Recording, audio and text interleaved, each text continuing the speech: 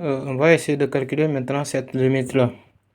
Donc, on sait bien que m est différent de 0. Si m n'était pas différent de 0, ce serait un peu fastidieux. Donc, là, ça devient un peu plus simple à traiter quand même. Donc, ici, on peut tout simplement dire, on peut tout simplement poser grand X égale 1 sur X. Posons grand X égale 1 sur petit x. Ainsi, si petit x tend vers plus l'infini, donc ce qui implique que grand x, ça va tendre vers grand x, ça va tendre vers 0 exactement. Et donc, je vais ici, ça me donne limite lorsque x tend vers plus l'infini de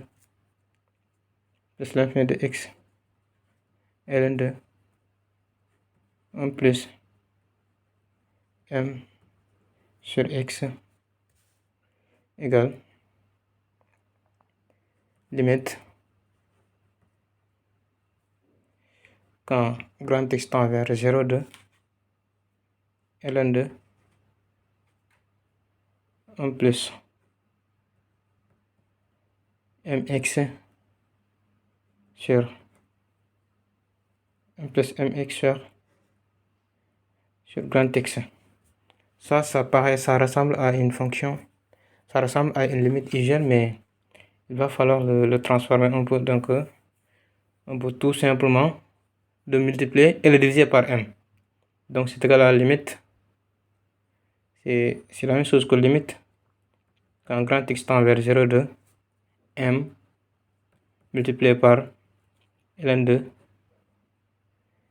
de 1 plus m sur x de tout sur.